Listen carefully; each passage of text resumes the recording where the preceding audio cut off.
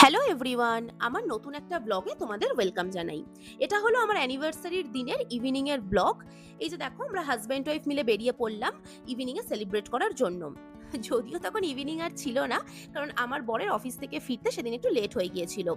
যাই হোক, ফার্স্টেই আমরা চলে এলাম মিও আমোরেতে আমাদের অ্যানিভার্সারি কেকটা নেয়ার জন্য। আমাদের একটু লেট হয়ে গিয়েছিল বলে তখন ওনাদের স্টক প্রায় শেষ হয়ে এসেছিল। ওই জন্য যেগুলো ছিল তার মধ্যে আমরা আমাদের পছন্দ মতো কেকটা চয়েস করে নিয়েছিলাম। এখানে দেখো, কেকটা নিয়ে নেওয়ার পর আমরা ওখান থেকে বেরিয়ে পড়লাম আর এসে পৌঁছে গেলাম আমাদের লোকেশনে। লোকেশনে পৌঁছানোর পর ফার্স্টেই কার পার্কিং করে এবার আমাদের এন্টার করার পালা। তো ফাইনালি আমরা এন্টার করলাম আমাদের পছন্দ করা প্লেস, সেটা হচ্ছে হোটেল দ্য সানস। এই হোটেলের ভেতরের পোর্শনটা তোমাদের আমি একটু পরে দেখাচ্ছি, তার আগে বাইরেটা দেখো কত সুন্দর করে সাজানো। তারপর আমরা ওনাদের কেকটা দিয়ে দিয়েছিলাম ডেকোরেট করে দেওয়ার জন্য। এরপরে আমরা আমাদের পছন্দ করা কেকটাকে সুন্দর করে কেটে আমাদের স্পেশাল দিনটাকে সেলিব্রেট করলাম। সত্যি এই দিনটা বা এই মুহূর্তগুলো না বলে বোঝানো যায় না। জীবনের দেখবে এরকম কিছু সুন্দর, সুন্দর মোমেন্টস থাকে যেগুলো ভাষায় বলে এক্সপ্রেস করা যায় না। এগুলো ফিলিংসটাই না একটা অন্য রকমের হয়।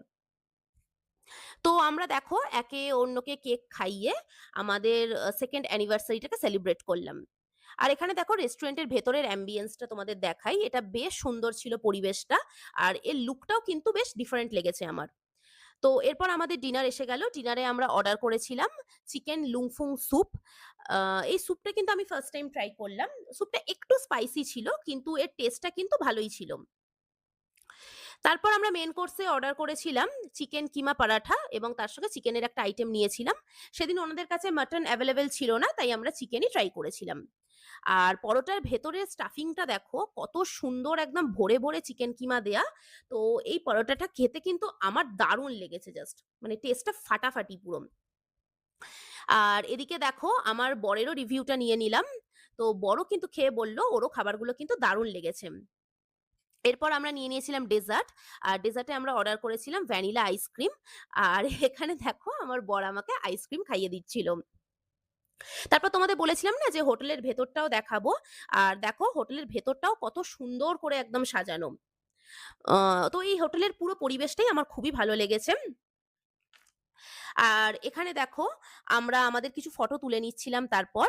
আরো অনেক ফটো আমরা তুলেছি, সেগুলো আমি পরে তোমাদের সাথে শেয়ার করব। তো চলো এবার আমাদের বাড়ি ফেরার পালা। এভাবেই আমরা আমাদের অ্যানিভার্সারিটা সেলিব্রেট করলাম। তোমাদের আমার এই ভিডিওটা কেমন লাগলো জানিও। আজ তাহলে আসি।